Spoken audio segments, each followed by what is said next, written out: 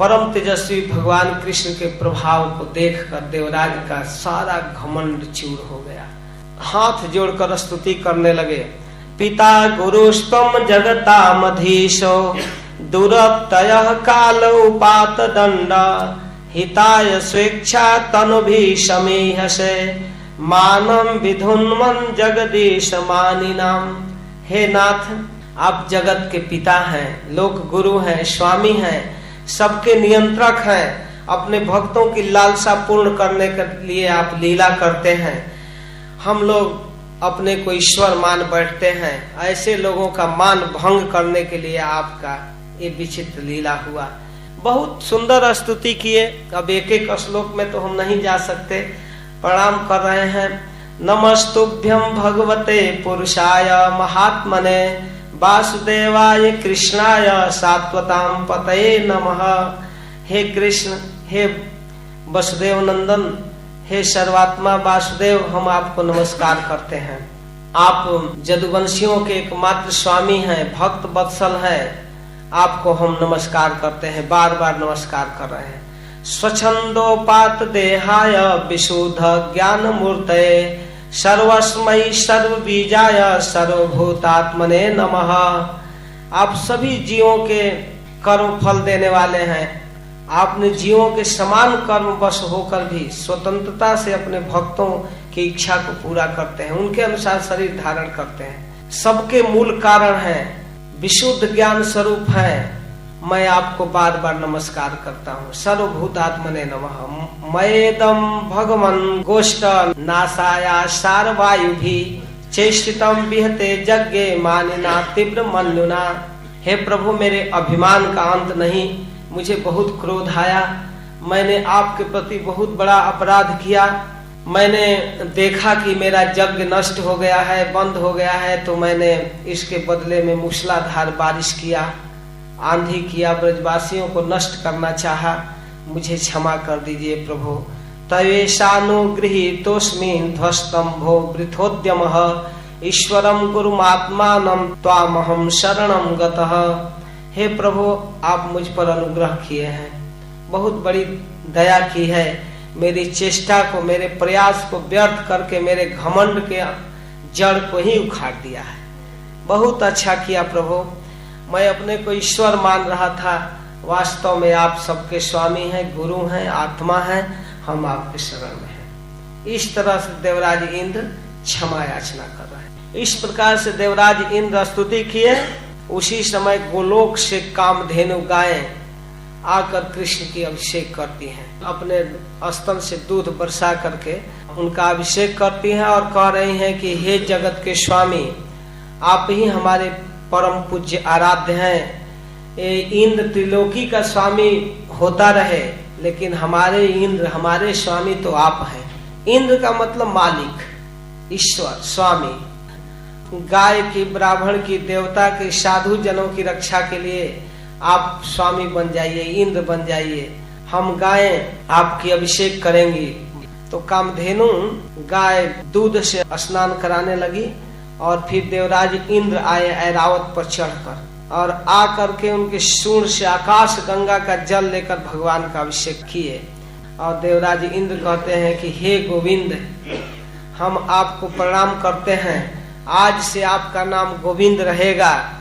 अनुभव कर रहे हैं इंद्र, वास्तव में आप ही गोविंद हैं, गायों के रक्षक आप हैं। जिस समय देवराज इंद्र इनका अभिषेक कर रहे थे भगवान का, उस समय देवर्षि नारद, तुम्बरु, गंधर्व, विद्याधर, सिद्ध सभी लोग आ गए और भगवान के जस गाने लगे। बहुत सुंदर जस गान किए जो जगत के पाप ताप को मिटाने वाला है। इस तरह से जितने देवता आए सभी लोग नंदन बन के पुष्प लेकर आए थे स्वर्ग के और भगवान के ऊपर गिराए।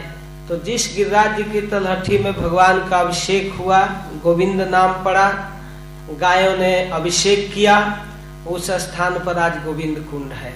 इस तरह सब जगह आनंद छा गया। जिस समय भगवान का अभिषेक हुआ उस समय विविध प्रकार के रसों का बाढ़ नदियों में आ गया।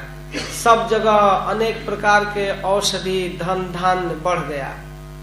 सब जगह सुख समृद्धि छा गई। चारों तरफ आनंद छा गया। इस प्रकार इंद्र भगवान के चरणों में प्रणाम करके, उनका अभिषेक करके, भगवान से अनुमति प्राप्त करके स्वर्ग की यात्रा किए और सभी देवता गंधर्व आदि अपने अपने लोक को चले गए। फिर भगवान अपने ब्रजवासियों के साथ आनंद से लीला विहार करने लगे। तो इसके बाद 28वें अध्याय में एक लीला का वर्णन सुखदेव गोस्वामी करते हैं कि कार्तिक के एकादशी को नंद बाबा उपवास किए थे और रात में जागरण भी किए थे। द्वादशी लगने के बाद वो जमुना में स्नान करना चाहते थे, लेकिन उनको समय का ज्ञान नहीं हो पाया। वो अचानक उठे, सोचे कि अब भोर हो गया होगा, बस वो चल दिए आसुरी बेला में, रात्रि में, मध्य रात्रि में, और आ गए जमुना स्नान करने के लिए अकेले। और जमुना जी में आ करके अपना वस्त्र तट पर रखे और जो पहने हुए वस्त्र थे उसके साथ जमुना में प्रवेश किए स्नान करने के लिए। तब तक वरुण जी के अनुचर उनको असमय में जमुना में स्नान करते देखकर पकड़ लिए और पकड़ करके ले गए वरुण जी के पास। इधर ब्रज में जब हल्ला हुआ कि अरे नंद बाबा स्नान करने गए, उनका पता ही नहीं है, उनका सूखा कपड़ा तट पर है। अब सुबह में रोना धोना ब्रजवासी मचाए, कृष्ण बलराम के पास भी आए, अब क्या होगा, ये नंद बाबा का खोज करना चाहिए। सब लोग लगे चिल्लाने। तो भगवान श्री कृष्ण जब सुने तो सबका रोना धोना देखकर सर्वशक्तिमान भगवान ब्रजवासियों का आश्वासन दिए। जब गर्गाचार्य जी कहे ही थे कि सारे विपत्तियों से रक्षा करेंगे तो रक्षा करेंगे, बस चल दिए और जा करके भगवान वरुण जी के पास पहुँचे। सर्वशक्तिमान भगवान जब वरुण के पास गए तो उनको देखकर वरुण जी एकदम आनंद में आनंदित हो गए और कहने लगे कि आज मेरा जीवन धारण करना सफल हो गया। अद्य में निभृतो देहो दैवार्थो भी गतः प्रभो त्वत्पाद भाजो भगवान।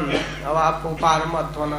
वास्तव में आज मुझे आपके चरणों की सेवा का शुभ अवसर प्राप्त हुआ है। हे भगवान, आपके चरणों की सेवा का शुभ अवसर जिसको मिला निश्चित रूप से भवसागर से पार हो गया। हे प्रभु, मैं आपको नमस्कार करता हूँ। नमस्तुभ्यं भगवते ब्रह्मणे परमात्मने न जत्र श्रूयते माया लोक सृष्टि विकल्पना। आप भक्तों के भगवान हैं, वेदांतियों के ब्रह्म हैं, जोगियों के परमात्मा हैं। हे प्रभु, हम आपको नमस्कार करते हैं। प्रणाम करते हुए कहने लगे, हे गोविंद, मैं जानता हूँ आप क्यों आए हैं। भगवान अभी कुछ बताए नहीं, तब तक वरुण जी कहते हैं, मैं जानता हूँ कि आप क्यों आए हैं। आप अपने पिता के प्रति बहुत प्रेम करते हैं, अपने पिताजी के लिए आए हैं। हमारा एक अनुचर आपके पिताजी को पकड़ कर लाया है। आप सर्वंतर्यामी, सबके साक्षी हैं। हे विश्व विमोहन श्याम सुंदर श्री कृष्ण, आप मुझ दास पर कृपा कीजिए, अपने पिताजी को ले जाइए। आए, दर्शन दिए, आप ले जाइए। गोविंद नियता में स पिता में पितृवत्सल। हे गोविंद, आप ले जाइए, आप पितृवत्सल हैं। तो इस प्रकार वरुण देव ने भगवान को उनके पिता नंद बाबा को दिया और उनको लेकर आए। उनको देखकर सारे ब्रजवासी आनंदित हो गए। कृष्ण एक तरह से मरे हुए पिता को ला दिए। क्या क्या नहीं किए। नंद बाबा को जमुना में डूबने से बचा लिए, एक बार अजगर से भी बचाएंगे, और देवकी जी के मरे हुए पुत्रों को भी ला देंगे। ऐसा पुत्र हुआ है, इतना आनंद है माता पिता को, ब्रजवासियों को। इस प्रकार सभी लोग आनंदित हैं। भगवान सब कुछ जानते हैं। और आगे एक छोटी सी घटना का वर्णन करते हैं। भगवान के मन में आया कि इन ब्रजवासियों को अपने दिव्य वैकुंठ लोक, गोलोक का दर्शन करावे, नित्य गोलोक। तो एक दिन जमुना के जलाशय में ले गए जहाँ पर अक्रूर जी स्नान किए थे। उसी जलाशय में भगवान ले गए और ले जाकर के स्नान कराए। कहे कि आप लोग यहाँ नहाइए, डुबकी लगाइए, देखिए यहाँ क्या है। वहाँ उन लोगों को उसमें डुबकी लगवाए। वे सब ब्रह्म हृदय में प्रवेश किए और प्रवेश करने के बाद देख रहे हैं गोलोक का सीन। तो इस प्रकार भगवान अपना परम धाम का दर्शन कराए। उस दिव्य भगवत स्वरूप को देखकर नंद आदि गोप आनंद में भर गए। वहां क्या देख रहे हैं कि सारा वेद मूर्तिमान होकर कृष्ण की स्तुति कर रहा है। सभी लोग आश्चर्य में पड़ गए। नंदादयस्तु तम दृष्ट्वा परमानंद निर्वृता कृष्णम च तत् छंदो भी स्तूयमानम सुविस्मिता। सब लोगों को बहुत आनंद हुआ। तो इस प्रकार भगवान की अद्भुत अलौकिक लीला का वर्णन सुखदेव गोस्वामी कर रहे हैं। अब अवसर पाकर आगे भगवान के परम दिव्य महारास का वर्णन करते हैं। महारास जो श्रीमद् भागवतम का प्राण है, 5 अध्यायों में वर्णन करते हैं सुखदेव गोस्वामी। इसको पंच प्राण कहा गया है भागवत का। जब विविध प्रकार का रस एक साथ उपस्थित हो जाए तो उसे रास कहते हैं। जहाँ केवल परस्पर दूसरे को सुख करने की वासना है, मुख्य रूप से श्री कृष्ण को प्रसन्न करने की जहाँ लालसा है, उसको प्रेम कहते हैं। और उस प्रेम की विविध रूप जो है, विविध वैचित्री है, वही रास है। जब भगवान देख लिए कि अब उचित अवसर उपस्थित हो गया है, तब भगवान रास के लिए अपनी जोग माया को स्मरण किए। भगवान अपि ता रात्रि शरदोत्फुल्ल मल्लिका वीक्षरन्तु मनश्चक्रे जोग माया उपाश्रिता। भगवान अपि कहकर सुखदेव गोस्वामी कहते हैं कि षडैश्वर्य परिपूर्ण आत्मा राम पूर्ण काम, किसी बाहरी वस्तु की जरूरत नहीं है सुख के लिए। वो स्वयं सुख स्वरूप है, सच्चिदानंद स्वरूप है। फिर भी श्री कृष्ण जिन रात्रियों के लिए चीरहरण के समय गोपियों को संकेत किए थे, वे सभी रात्रियों को एक रात्रि के रूप में उलसित किए। सभी रात्रियां एक साथ जुट गईं। शरद कालीन बेला, चमेली आदि सुगंधित पुष्प खिल गए और मह मह महक रहे हैं। बहुत सुंदर वातावरण है। भगवान ने देखा वृंदावन को, वीक्षा देखे और देख करके उनको दिव्य बनाए और सुंदर बनाए। गोपियां तो पहले से ही चाहती थी, भगवान भी अपने अचिंत महाशक्ति जोग माया, अपने आह्लादनी शक्ति श्रीमती राधा रानी के सहारे उन गोपियों को निमित्त बनाकर रसमयी रास क्रीड़ा करने का संकल्प किए। मनश्चक्रे, मन बनाए कि अब रास करेंगे। अमना होकर कामना रहित होने पर भी मन बनाए। कामना रहित होने पर भी अपने प्रेमिकाओं की इच्छा पूर्ति के लिए मन स्वीकार किए। इसे प्रेम कहते हैं। तत्सुख सुखित्वम, भक्त कृष्ण को संतुष्ट करना चाहते हैं, कृष्ण भक्तों को, इसको प्रेम कहते हैं। तो इस प्रकार भगवान संकल्प किए और भगवान के संकल्प करते ही प्रकृति में अद्भुत अलौकिक सौंदर्य छा गया। इतना सुंदर सौंदर्य छाया, पूर्व क्षितिज से चंद्रमा उदय हुआ बड़ा सुंदर लालिमा के साथ। ऐसे लग रहा था पूर्व दिशा के मुखमंडल पर चंद्रदेव अपने शीतल कर कमलों से लालिमा की रोली केसर मल दिए। जैसे परदेश से आया हुआ कोई प्रियतम पति अपने प्राण प्रिया को आनंदित करने के लिए रोली लगाता है, अपने प्रिया को प्रेम से मिलता है, वैसे चंद्रमा पूरब दिशा को श्रृंगार किया लालिमा से। तब तक भगवान अपने प्रेयसियों को बुलाने के लिए बंसी बट पर बैठ करके मधुर बंसी का तान छेड़ते हैं। बंसी ध्वनि सुनते ही गोपियों की विचित्र दशा हो गई, विचित्र दशा को प्राप्त हुई। चल दी और ऐसी अवस्था में चली, कोई दूध दूह रही है खीरक में तो दूध दोहना छोड़कर चली गई, कोई चूल्हे पर उफनता हुआ दूध कोई गर्म कर रही उसी तरह छोड़ दी, कोई हलवा बना रही है लपसी पका रही है उसी को छोड़कर चल दी, कोई गोपी बच्चों को दूध पिला रही है बच्चे को रख कर चली गई, कोई भोजन परोस रही है भोजन खिलाते हुए पतियों की सेवा छोड़कर चली गई अपने प्राण प्रियतम श्री कृष्ण से मिलने के लिए। जहाँ साड़ी पहनना चाहिए ओढ़नी पहन ली है, जहाँ काजल लगाना चाहिए वहाँ सिंदूर और सिंदूर के जगह पर काजल, जो आंख में लगाना चाहिए वो गाल पर लगा लेती हैं और देख करके घर वाले रोकने की कोशिश करते हैं, अरे कहाँ जा रही हो, लेकिन किसी के रोकने से रुकी नहीं। कुछ गोपियों को घर में बंद कर दिया गया, लेकिन सुखदेव गोस्वामी कहते हैं कि ध्यान की तन्मयता से घर में आरिष्ट गोपी भी कृष्ण के पास पहुंच गई।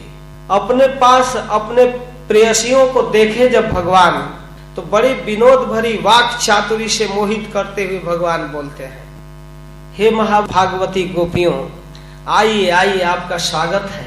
बताइए हम आपको कैसे प्रसन्न करें, आपके लिए हम क्या करें, कौन काम करें, किस बात से आप सुखी होंगी। ब्रज में सब कुशल है ना, सब ठीक ठाक है ना। इस समय रात्रि में आप लोग कैसे आ गई, आने का क्या कारण है, ठीक ठाक है ना। रजन ऐसा घोर रूपा घोर सत्व निषेविता प्रतियात ब्रजम नेह स्थेयम स्त्री भी सुमध्यमा। इस घोर रात्रि में आप लोग कैसे आ गई, ये स्वयं भयावना है।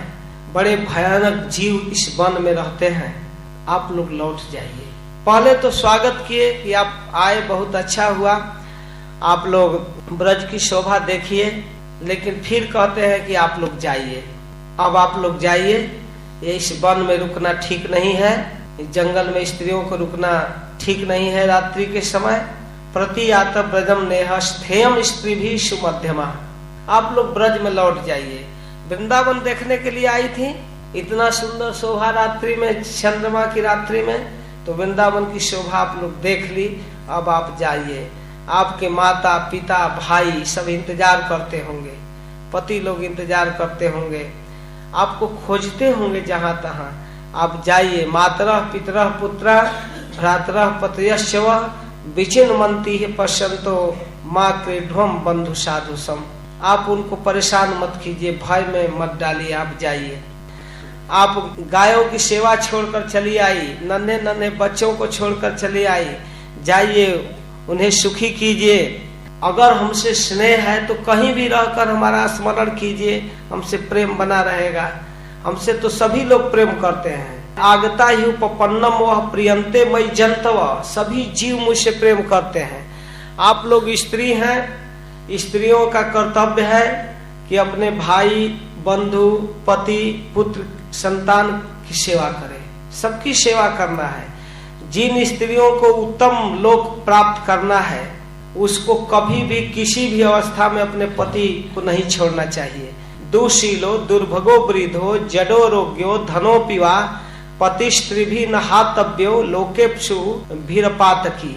किसी अवस्था में नहीं छोड़ना चाहिए। बहुत समझाने का प्रयास किया और कहे कि आप लौट जाइए लौट जाइए, लेकिन उनका चित्त तो कृष्ण में लग गया था, अब लौटने की नाम नहीं ले रही थी। गोपियां कह रहे हैं कि हे कृष्ण, आप ऐसे निष्ठुर मत बनिए, ऐसा निष्ठुर मत बनिए। हमारे हृदय की बात आप जानते हैं, आप सबके हृदय में रहते हैं, सबके हृदय की बात जानते हैं। आप जानते हैं कि हम किस अवस्था में आए हैं। इस तरह से निष्ठुर वचन नहीं बोलना चाहिए। हम सब कुछ छोड़कर आपके चरणों से प्रेम करती हैं।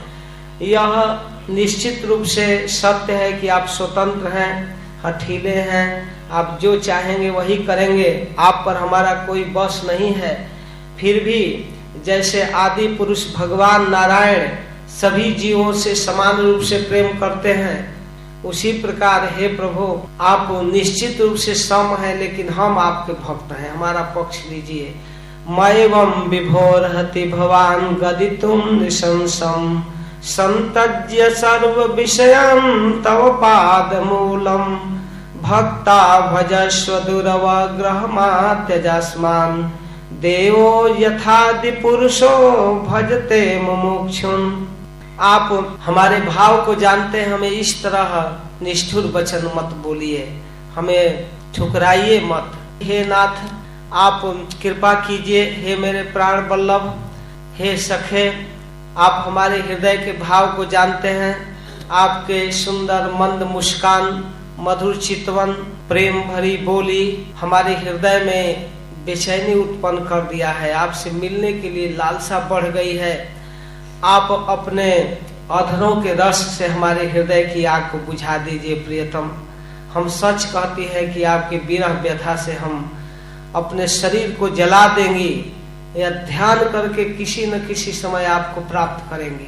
रासाचार्य लोग जो ब्रज में रास करते हैं, वे लोग एक बहुत सुंदर दृश्य दिखाते हैं। भगवान जब इस तरह आग्रह करने लगे तो गोपियां एक कहानी कहती हैं कि आप पतिव्रताओं के पातिव्रत धर्म का प्रवचन कर रहे हैं, इसी प्रकार की एक पतिव्रता की कहानी हम आपको सुनाती हैं और आप निर्णय दीजिए क्या उचित है क्या अनुचित।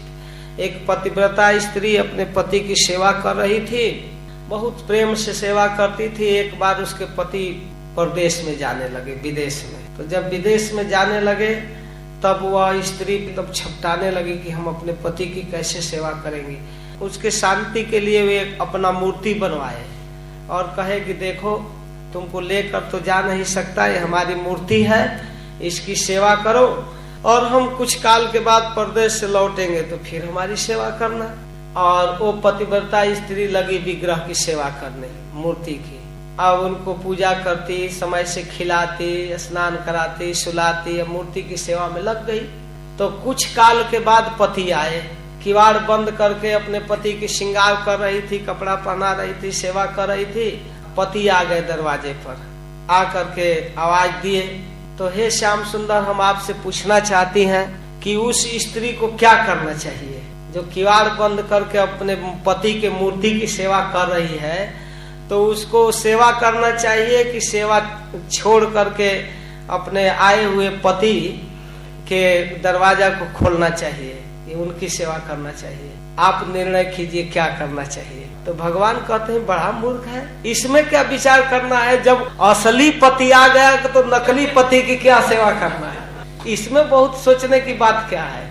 अरे नकली पति तो तभी तक न था जब तक असली पति नहीं आया था। तो गोपियां खूब जम कर ठठा कर हंसी को उसी प्रकार प्रियतम, अब तक तो मैं नकली पति की सेवा कर रही थी, अब असली पति के पास आ गई तो आप बताइए कैसे जाए। हम आपके शरण छोड़कर नहीं जाएंगे, हम अनुभव के साथ कर रहे हैं कि आप ही हमारे सब कुछ हैं, इस संबंध से हम आपको छोड़कर नहीं जा सकते। तो भगवान श्री कृष्ण यद्यपि जोगेश्वरों के भी ईश्वर हैं, लेकिन गोपियों के व्याकुलता भरी बात सुनकर दया से भर गए। आत्माराम होते हुए भी भगवान तैयार हो गए रास के लिए और क्रीड़ा प्रारंभ किए, रास प्रारंभ किए। तो किस प्रकार भगवान रास करते हैं गोपियों के साथ, यह तो बड़ा ही मार्मिक अद्भुत प्रसंग है। फिर इसको हम दूसरे सत्र में पूरा करेंगे। हरे कृष्ण, जय श्री राधे।